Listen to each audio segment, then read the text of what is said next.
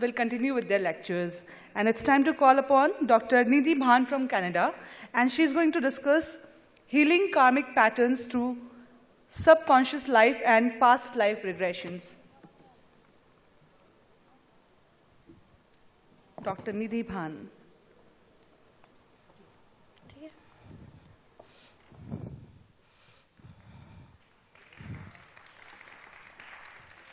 Thank you for the applause. Good evening, everybody out there, and a very good evening to the dignitaries on the dais. It has been a very long day for everybody. I hope you have the patience. I am going to go ahead with my topic now. I'm going to be speaking today on healing karmic patterns through the subconscious mind. And the technique for doing this is called past life regression. It is one of the techniques of hypnotherapy. You would have to hypnotize the person to treat them for their past life, you can say patterns of failure.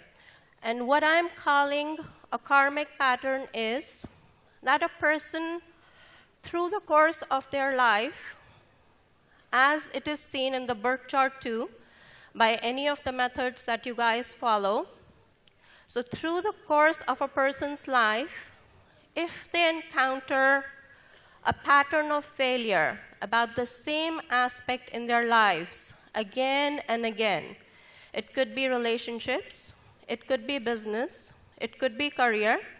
So for any of these aspects, if a person is continuously facing failure, if they move ahead 3 steps and they know that their goal is at the 4th step, but for some reason or the other, they feel like every time they reach out and they're about to put their hand out and take the fruit of their success at that 4th step, some people will encounter a situation where they feel that a carpet is pulled out from under their feet and they fall flat on their faces.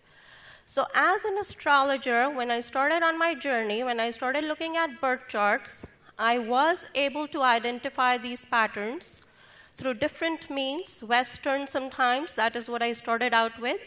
And then I branched out and I expanded into Vedic. I also used the tarot. Basically, any of the methods that tell you, or even if it is validated by your clients, they tell you that they're facing a pattern of failure. Past life regression is a very, very effective way of talking to the subconscious mind, because the subconscious mind basically is the read-only memory. This is where everything we believe and we know starts from. So once you're healing the subconscious mind of a person, say under hypnosis, you can be very sure that the message is going right through. Many of our esteemed guests over here have talked to us, and I'm very thankful for that knowledge because I'm a very mathematical person. So I thank you all for the knowledge that you have given us. But for me, I identify whatever the person is going through the birth charts. Can we go to the next slide, please? I would use either the tarot or the birth chart, and once I identify that there is a problem either in the birth chart or we know that the person is going through the pattern of failure, I like to take the person deep into their minds. I'm going to describe the subconscious mind very briefly, and I'm going to describe the theory of mind very briefly, and I'm going to tell you how the subconscious mind works and how subconscious mind healing can help the person remove the obstacles that they encounter time and again. Basically, what we believe is that the subconscious mind is about 80% of the mind, and the other, I would say 88 to 90%, and the other 10 to 12% is our conscious mind. So rather than talking to the conscious mind, because some of our habits we know are so deeply ingrained that even as we know that we are making a mistake, it could be in a relationship, it could be in a business, it could be about lending money, it could be about trust issues, even knowing that we are making a mistake, sometimes we are forced to make those mistakes time and again, which again forms this so-called pattern. So what I'm trying to tell you here is that when I regress a person, I take them deep within their minds. When you look at this picture, I'm trying to depict an astral plane over here, which is something we visit every day in our lives, in our sleeps. Whenever we sleep, we visit our subconscious mind. And this is how we reach out into a person's mind. When a person comes to us for hypnotherapy, we give them so many message units that the conscious mind gets tired. There is a little ring of protection around the subconscious mind, which is really the conscious mind. So the intention is to break into the wall that separates the world and the subconscious mind. The subconscious mind also has a primitive area wherein all the old memories, the primitive memories lie. And as we all know and as we have talked about, the soul and the mind have traveled together from one life to the other. They have been together in previous lives. So it is a very good idea to go into the mind and find out the point of entry of the problems or the pattern of failure, as we call it in psychology language. Can we have the next slide, please? I'm just going to try to relate the birth charts. When we look at these birth charts, we can see that some of them have, like in this top one, you can see that the Surya is malefic. We do expect this person to have patterns of failure. I think you have to go back one. This is, okay, go forward. That's okay, I'll do this one. So this is a person who has the Kalsarp dosh, and this person also has the Pitra dosh along with the malefic sun. This person does have a very troubled life. They have the Kalsarp dosh, they have the Kendram dosh, and then they have the Chandal Yog, which again gives the person a little bit of they're not afraid to take risks, which can sometimes land them in big problems. So how to heal this person who is not afraid to do anything? It could be something as small as speeding. It could be something as big as human trafficking. The birth chart that I have up there is of a person who struggles continually with legal problems. And he will do it. He might go to jail, and then he might come out, and he might do the same thing again. So how to heal this person? Actually, this person was healed, you can say, or he came to me and he had a session, and right now he has a very good and very successful life, and all we had to do is we had to reach out into his mind. We had to look for the point of entry of this problem, which I'm going to give you some examples later on about these. Can we go to the next slide, please? Okay, this is what I was talking about before, that the conscious mind is only a very small part, and this is our everyday decision making. This is where we learn our things from. This is where we learn our subjects, and this is what helps us in our everyday decisions. But what drives us from the back seat is the subconscious mind. Can we go on to the next one, please? Okay, so Kalsarp dosh, this is for the advantage of those people. I know there are many learned people here, and Kalsarp dosh is one of the most basic things we talk about when we learn astrology. So whenever all the planets are entangled inside the mouth of what we call the dragon, the head of the dragon is the Rahu, as has been told before, and the tail of the dragon is the Ketu. So whenever all the planets are inside the mouth of the dragon, there is nothing on the other side of these two nodal planets, Kalsarp doshas form.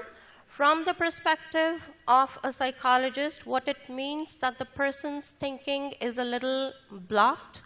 There could be fears from the previous lifetime. There could be experiences. There could be something that the person has waited for in a previous lifetime, which is blocking his choices, which is blocking the way this person thinks in their current lifetime. So that is the relation between Kalsarp dosh and how the subconscious mind works. Can we go to the next slide, please? Okay, so as far as the impact of Kalsarp dosh on a person's life is concerned, what I would say is Kalsarp dosh limits the thinking of the person. The person is not a very easy decision maker. even if they make a decision, they always look back into their lives. And they always are double-minded whether they did the right thing. Sometimes they will go back to the point from where they made the decision. In case of a business, suppose a person is starting a new life and they want to go ahead and they want to start a new career, and they have a choice, say, between becoming an industrialist or a manufacturer. They might start one business, and then 5 years down the road, they might think, oh, I did not make the right decision. Let me go back and change my decision. Let me do this course. Or in case they wanted to be a doctor and they had another choice, they will just change their decisions. They will go back and forth in their lives a lot. And as I go through my lecture, I will explain why it happens from the perspective of psychology. Can we go to the next slide, please? Okay, so what happens is when a person with Kalsarp dosh has fears, his thoughts and attitudes are affected. You can say either the Kalsarp dosh is affecting it. Basically, the problem is that his thoughts and his attitudes are affected, and this in general affects his decision making. And once his decision making is affected, he is a double-minded person. He reacts to the situation in his life in a way that he is not very sure of himself. He's lacking in confidence. Even if a decision is made, he is not very confident it's the right thing to do. He doesn't put in his 100% effort into this decision that has been made. And this is a big factor in whether this person is a success or a failure. His decision-making abilities and the way he carries his decision affects where he's going in his life a lot. And this is where we see that a lot of people who have not just Kalsarp dosh, but a lot of other reasons through astrology or even through general life situation, which you guys will identify in your own ways that you use for astrology or to make your predictions and your interpretations. Basically, the idea is that any person who's not sure of their decision is not going to be very, very successful. And this is what we can change, and we do change when we take a person through a hypnosis session. And we make their mind work, and we are not doing any manipulation here. And before I go on, let me just deal with a few frequently asked questions about past life regression and about hypnotherapy. First of all, anybody going through hypnotherapy or anybody who is hypnotized cannot stay there. Anybody who is hypnotizing you, they have to have had certain number of hours of study. It is a partially regulated profession. It is a profession recognized by WHO, the World Health Organization, and at least in Canada, where I come from, it is a recognized form of healing. Actually, the government pays, especially if a medical doctor is doing a healing or even hypnotherapy, a lot of diseases, psychosomatic diseases like diabetes and eczema, psoriasis are being treated very successfully by doctors through hypnotherapy. So even if you're going to a person who is a certified hypnotherapist, you cannot get stuck if you go back in time. You are going to come back. And whoever is doing hypnotherapy for you, they will know by the movement of your eyes how hypnotized you are. And in a clinical hypnosis session, you are not required to become a zombie. You do not go through 100% hypnosis like people do in stage hypnosis cases. It's a very mild kind of hypnosis. So that is one of the myths about hypnotherapy that people struggle with. And the other thing is that during hypnotherapy, whoever is doing your hypnotherapy, they know through your eye movements, whatever you're seeing, whether you're in shock or whether you're happy. And if you are going through a particularly traumatic experience in your past life, they're able to put you in an observant mode. because it is possible, to be very honest, to experience physical pain because you're living two moments at the same time. When your healer or your past life regressor is actually taking you through a past life, you're living in your current moment. When you're sitting on that chair getting hypnotized, and you're actually also living another moment in the past that might tell you your point of entry of your problems. So again, it is their responsibility, and they know how to put you in an observant mode, so it is not a painful experience if you're in the hands of a good hypnotherapist, which is ensured, especially in North America, and I believe in India too, that whoever is doing hypnotherapy, they're completely trained in what they're doing. So let's move to the next slide, please. So here, I'm going to be showing some of the charts of people because I want to relate what we see in the birth chart and the problems people go through and how they can and how they have been healed for people who have gone through a session of hypnotherapy. So here we see the birth chart of a person who is struggling with relationships in a major way. This person, when they came to me, they were going through their Sadesati. They do have the Kalsarab dosh. They do have Saturn in their Lagna. They do have a problem, staying in relationships, I would say. I'm not naming this person, hiding her privacy. I will say that this person has had a continuous struggle with relationship to the point that she has been engaged once and married unsuccessfully twice. And when she came to me, I'm not really ripping anybody's private life here because I'm protecting their privacy. I don't feel very comfortable talking to you from a dais about somebody's personal life, but it is necessary for me to explain and to tell you my story. So this person was going through a lot of struggle, and when she came to me, she thought that a lot of wrong had been done towards her. She had been wronged. We did do a past life regression for her. I regressed her, and while she was in her regression, she found out that in a previous birth, she had had a particularly traumatic life.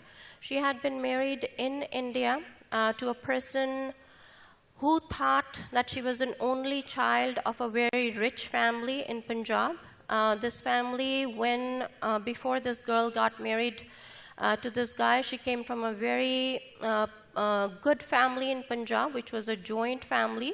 She remembered herself sitting in a center of a big courtyard in Punjab, and her mom and all her aunts and her cousins just laughing their life away and knitting and just basically having fun with their lives. And there was this guy who was very fond of her, and in India, especially in Punjab, there is a custom that two people from the same village cannot get married. So when this guy proposed to her, she had to say no to him because she knew that her family would not say yes to this relationship. So anyway, she gets married to another guy who is only getting married to her because he thinks she comes from a very rich family. She's an only daughter, not knowing that the family property is joint property, as it is usually in Punjab. She was a very common-looking girl. So when she goes home with this guy, and when this guy realizes the truth of their, of her life, so to say, he doesn't treat her very well. And unlike the Western world, it is not very easy, and it may not have been very easy in the times that we were seeing long time ago. Perhaps in the 40s it looked like, from the past life regression, it may not have been very easy for her to get a divorce or get out of the marriage due to the social stigma. She saw herself as a very lonely person. She did go out to do the work. She had to pull water out of a well. She had to go to the fields. She had to do whatever she had to. But she did not have any privileges of being a wife. And there was a mother-in-law again who was tyrannical, to say the least. And she considered in that lifetime for the mother-in-law to be the major reason for most of her problems. So that in this lifetime, when she got married to her first husband, the moment the guy said, okay, now you're married, you have to go ahead, touch my mother's feet, she had a phobia about the whole thing because she had memories, subconscious memories, so to say, from her previous lifetime, and these were fearful, these were really bad memories. She refused to touch the mother's feet because she was standing up for herself, I guess, as per her memories. She ended this marriage very fast. In the second marriage, she called somebody. She got married in India, I believe, and then she called her husband to Canada or America. And when the guy said that I'm going to put the papers across to call my mother here, again, this was a major trigger for her to run from this marriage again. She ran from this marriage. She divorced this guy after a few months. And then the third time again, there was an issue to do with the marriage itself. Once she came out of this, she herself identified herself to be fearful because of her past life memories.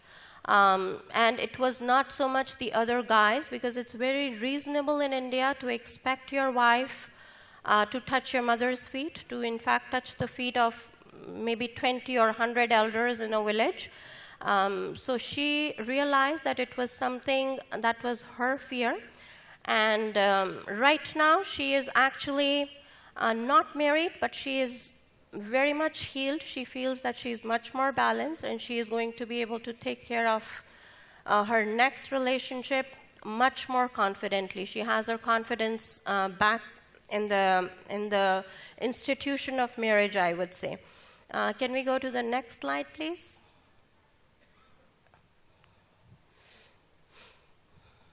Okay. So here we have a person who is continually unsuccessful in business, and these reasons are sometimes not even self-inflicted. In fact, this person was a very big industrialist. He had a fire in his factory once, in his chemical factory, and the second time, I believe it was the earthquake of Bhuj in Gujarat that brought him down in his business. He is a very hardworking person. He does have the Kendram dosh, if you notice from the birth chart. He has the Buddhaditya Yoga in the 12th house, which is not as useful as it would be somewhere in the Kendra in the first, 4th, 7th, and 10th houses, I believe. But he is a super smart person. And he does have Venus in his 2nd house. A very emotional person, and a very good decision maker, somebody who knows the rights from the wrongs very well, very good at networking, very good at talking to people. But somehow he has struggled so much in his life that you could say that he has lost his confidence. When he came to me 7 years ago, and he's very well educated too, he's actually from IIT and IIM, both. When he came to me 7 years ago, he had a stammering problem, and of course he had this pattern of failure in his business. When I hypnotized this person, we realized that this person in a previous lifetime, as a youngster of 15 years, he had been drafted in the army in some country that he couldn't identify, but this was not very long back. It was perhaps in the 1930s or 1940s. So he was drafted in the army as a 15-year-old, and he was in the army for a good 7-8 years. And when he came back from the army, when he came home, he belonged to a farmer's family. So when he came back home, he had lost one limb.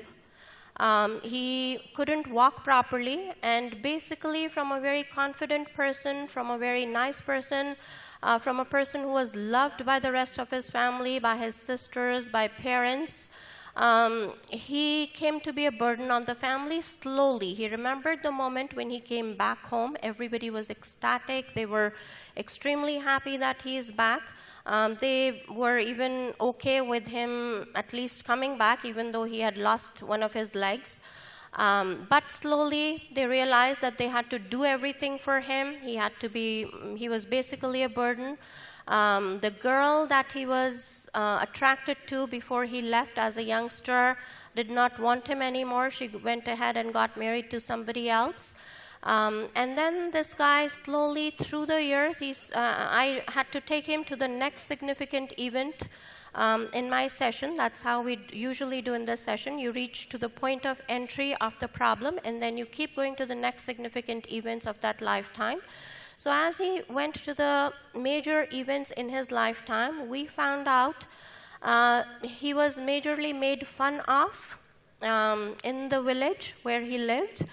And all the kids, as he grew older, once he was in his 40s, he had to be, once he got so upset, I just remembered this part, that as a 26-year-old, he got so upset when his father said that you're good for nothing, you don't do anything, we have to feed you.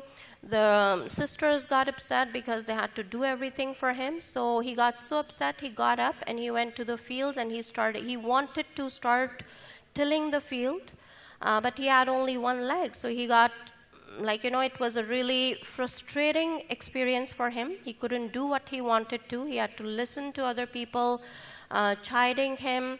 And this really eroded his confidence, I believe. And as a 40-year-old or a little bit older than that, he saw himself being stoned. This again may have affected his confidence in a major way. And in this lifetime, it is amazing to see this guy right now. He reports to the President of America, actually the ex-President of America. He's doing really well for himself, and he doesn't stammer. Once he realized from the standpoint of today's lifetime and the current lifetime where his problems came from, it was very easy for his mind, I believe. We did not have anything to do with it.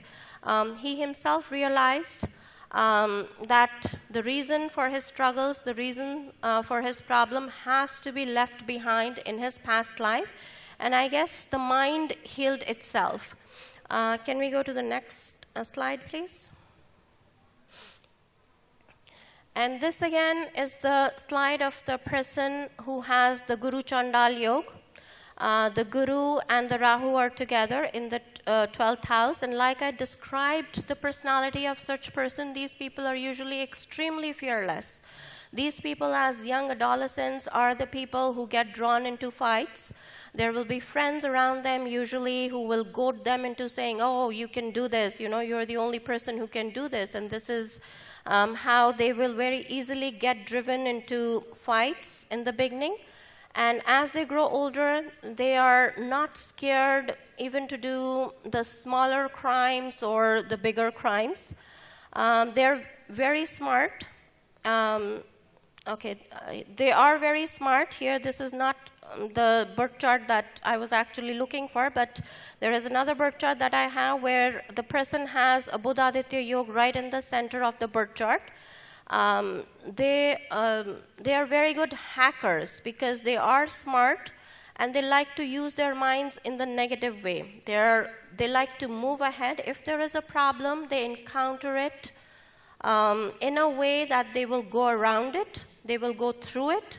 They have to have their solution at any cost. They will not stop. They will not do things the right way usually. This is why if somebody is doing, even for example, if somebody is speeding, say once a year or once a month when you're in a rush, or so to say every Monday morning or every Friday morning, there are less chances of the person getting caught by the police. Compared to if a person is doing something 10 times a day, every time they're driving, if they're not following rules, they will at some point get caught. This is my belief. So people who have such yogas, they are always embroiled in problems to do with law. This is the birth chart of a person, again, like I described before, who has, when this person came to me, again, he was going through his Shani Sadesati. And I think we have discussed this chart before. So basically, what I was trying to say is that past life regression is a very effective way of talking to the subconscious mind directly, taking out all the thoughts in between. Sometimes when we talk to a person, I'm not being judgmental about any of the other things over here. I have due respect for all the psychologists and all the counselors. But sometimes it does work when we talk to the subconscious mind directly. We give directions to the subconscious mind directly. Some of the traditional astrologers and the old school people will have a doubt about whether or not it is okay and it is a good idea to reach out into what we call Gupt Gyan, something that has been hidden from us by the higher energies. Should we be going into those things? What I will say towards that is the subconscious mind still has controls in its own hands. Neither the therapist nor the person who's getting hypnotized has control over what happens once the person is hypnotized. Because sometimes, actually about 1% of the times, a person might get hypnotized and they may not go into their past life. They might just see that everything is blank. And this would be a person who's not ready to learn their lessons yet. This is a person who has to go through real life experiences to learn their lessons. They are not ready for the shortcut, or they haven't lived through all those things yet. And many a times a person will not be hypnotized. This can be something that can be seen from the birth charts. Anybody who has a very strong Jupiter, these people are very hard to hypnotize. There are some professions from where people are very hard to hypnotize. Bureaucrats, teachers, people in a position of power generally, they are used to being in control of situations. So it doesn't work very well. Before your hypnotherapist hypnotizes you, let me go briefly over the procedure of hypnotherapy and past life regression. Usually when you walk in, whoever your therapist is, they will briefly analyze you to find out what kind of personality you have, what kind of thinking procedures you have. There will be a questionnaire that you're required to answer, which will be very basic. They will ask you what you will think are irrelevant questions. They will ask you whether you have walked in your sleep, whether you have been bothered by nightmares as a young adult. They will ask you if you see a lemon, can you feel the taste of lemon in your mouth? So all these questions are just, it's your hypnotherapist trying to find out what kind of thinking you have. And once that is established, what does get established is whether in psychology terms you are an emotional suggestible, or you're a physical suggestible, or you're a somnambulist. A somnambulist is a person who walks the mid-path. A physical suggestible is very easy to hypnotize. They can be hypnotized within 5 to 10 minutes, or sometimes even with a click of a finger like that. Emotional suggestibles are harder to hypnotize, but there are different techniques to hypnotize those people. And there are people, like I said, who cannot get hypnotized. Once the person is hypnotized, it is completely the choice of the subconscious mind whether it is ready to show the memories of previous and primitive lifetimes to the conscious mind. Also, a person who goes through extreme trauma, like I said, the hypnotherapist is able to see through their eye movement what they're going through and how traumatic their experience is. Again, the choice is given to the person's subconscious mind to decide whether it is okay and it is fine for the person to remember what they have seen in the session that they have been in, or it is okay to let go. If it is very traumatic, the subconscious mind decides to forget those memories. When the person wakes up, they will not remember what they have gone through. And again, it is the choice of the subconscious mind. So what I would try to suggest is that the astrologers, the modern day astrologers, especially the upcoming astrologers whom I'm mainly addressing, I know we have heard a lot of talk about bringing the East and the West together. What I would say is, even whatever form you're following, past life regression and hypnotherapy is a very modern way of healing. I have a lot of respect for the traditional ways. I follow them. But I feel in the current life, where so many machines are used, we are so mechanical, sometimes it is not quite possible practically for the traditional stuff that we do to reach our subconscious minds. The tan, man, dhan, the thing that we have to follow in our Indian culture, if it is followed properly, if our energies are completely embroiled in what we are doing, whether it is a mala we are doing, we are doing a mantra, we are doing tantra, whatever we are doing, if we are not completely involved in it, I personally feel it doesn't work as much. In hypnotherapy, the advantage is that the onus is on the person who is on the chair. It is not so much on the hypnotherapist. It is more so on the person. It is their journey. They're going to be the ones reaching out into their own subconscious mind. They're going to be the ones looking at their experiences from the past life. Everything comes from them. The hypnotherapist is just told what is going on. Your hypnotherapist, if you're in a past life regression, or a hypnotherapy session, they will ask you, what are you seeing right now? And the person will have to describe, this is what I'm seeing. I'm outdoors, I'm outside, or I'm inside, or I'm in a blank space. I cannot see anything. Usually they will not put words in your mouth. They will just ask you, what do you see? And you have to be pretty descriptive, because the more descriptive you are, the more space they get to get stories out of you, like, to lead you on, so to say. So it is a very effective method, and people who are learning astrology, especially people like me, who in the beginning struggled with this problem, that once people come to us, okay, we tell them, these are the problems in the birth chart, or these are the good things, these are the good yogas, and these are the bad things, this is the malefic, this is the prediction for you 5 years down the road, your kids are going to be such. But for the patterns of failure, but for the problems that they face over and over, do we have a solution for them? Even if you offer the traditional solution to people, are they completely into it? Are they into it with their mind, body, and soul? So to involve the soul in the healing process, I found past life regression to be very, very effective.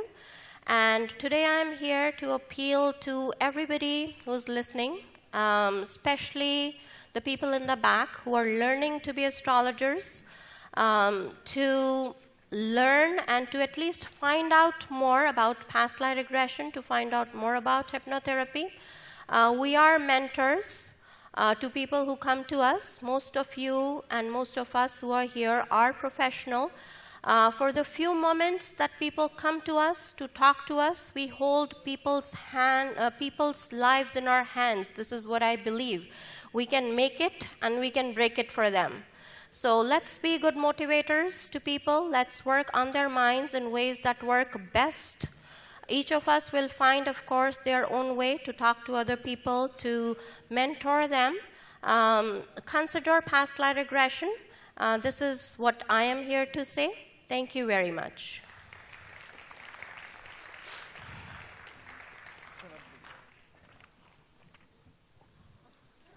She had made 3 very important propositions. Oh.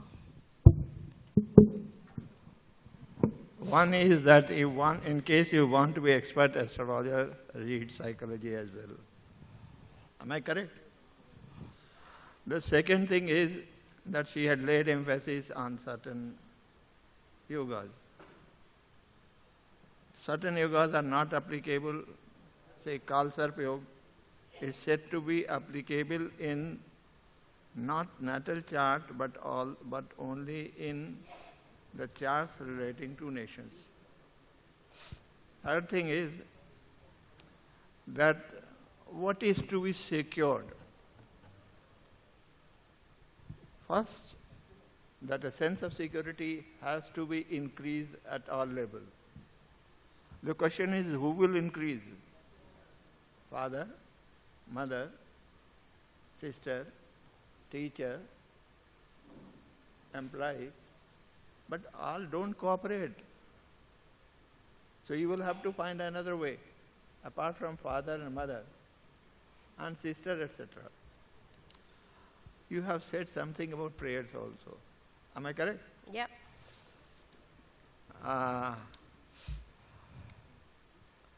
I believe that what a man cannot do, what a preacher cannot do, what a teacher cannot do, he can do it. Impossible has become possible. I may just tell you, because you talked of medicine also. Once I was reading Kalyan. There was a Sparshikitsa.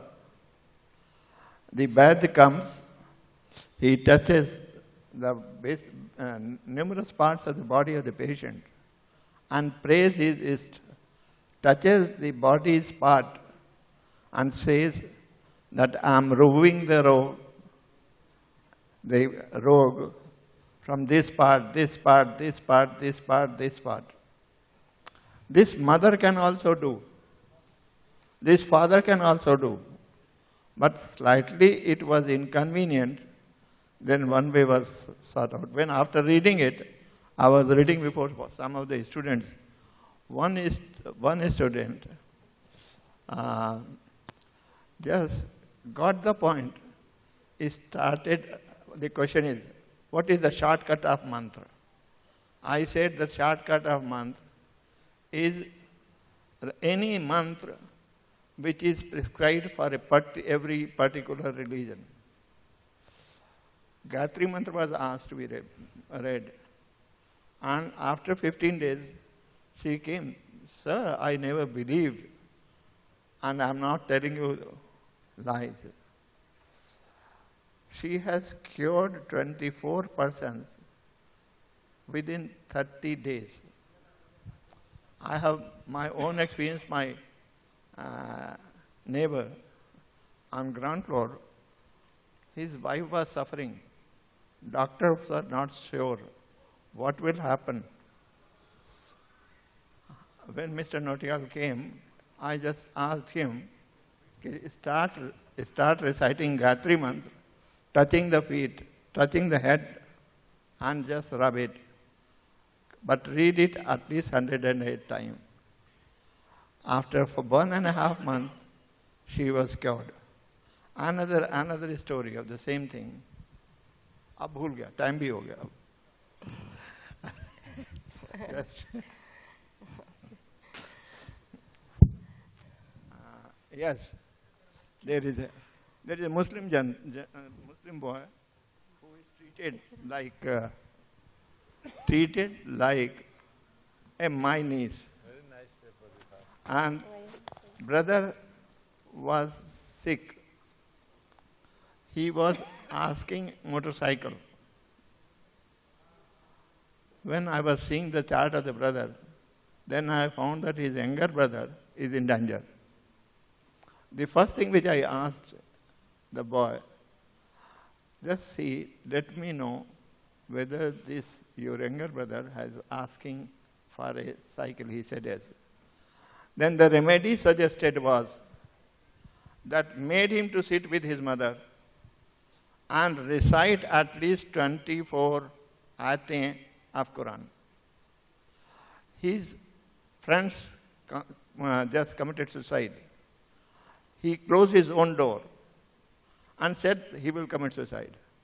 The door has to be broken open, and he is now sound and safe. So that is why I say good wishes, ashirwad of elder, and belief in him For what a man cannot do, he can do.